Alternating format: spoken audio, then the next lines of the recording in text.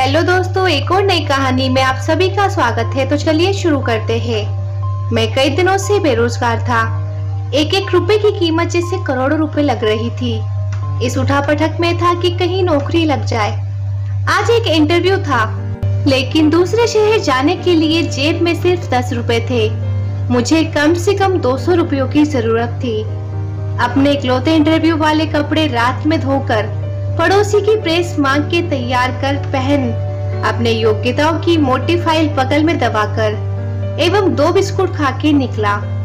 सिर्फ 10 रुपए होने की वजह से पैदल ही जैसे तैसे चिलचिलाती धूप में तरबतर बस इस उम्मीद में स्टैंड पर पहुंचा कि शायद कोई पहचान वाला मिल जाए जिससे सहायता लेकर इंटरव्यू के स्थान तक पहुंच सकूं। काफी देर खड़े रहने के बाद भी कोई नहीं दिखा। मन में घबराहट और मायूसी थी कि क्या करूंगा, अब कैसे पहुंचूंगा। पास के मंदिर पर जा पहुंचा। दर्शन कर सीढ़ियों पर बैठा था। मैंने देखा कि मेरे पास में ही एक फकीर बैठा था। उसके कटोरे में मेरी जेब और बैंक अकाउंट से भी ज्यादा पैसे पड़े थे। वह फकीर मेरी नजरें और हालात समझ के बोला, कुछ मदद चाहिए क्या? मैं बनावटी मुस्कुराहट के साथ बोला, आप क्या मदद करोगे? वह मुस्कुराकर बोला, चाहो तो मेरे पूरे पैसे रख लो। मैं चौंक गया। उसे कैसे पता मेरी जरूरत? मैंने कहा, क्यों? शायद आपको जरूरत है। वो गंभीरता से बोला, हाँ है तो, पर तुम्हारा क्या? तुम दिन भर मांग के कमाते हो। मैंने उसका पक्ष रखते हुए कहा।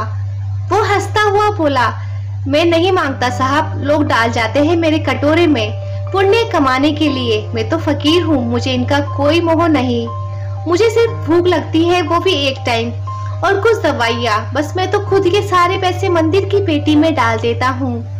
वो सहज था। कहते कहते मैंने हैरानी से पूछा, फिर यहाँ बैठते क्यों हो?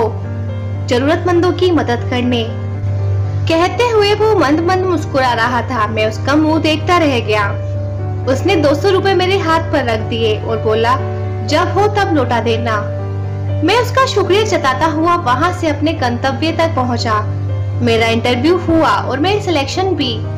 मैं खुशी खुशी वापस आया। सोचा उस फकीर को धन्यवाद दे दूं। मैं मंदिर पहुंचा तो बाहर सीढ़ियों पर भीड़ लगी थी। मैं घुस के अंदर पहुंचा देखने। वहां फकीर मरा पड़ा था। मैं भौचक्का रह गया। मैंने दूसरों से पूछा, ये कैसे हुआ? पता चला वो किसी बीमारी से परेशान था, सिर्फ दवाइयों पर जिंदा था। आज उसके पास दवाइयाँ नहीं थी और न उन्हें खरीदने के पैसे।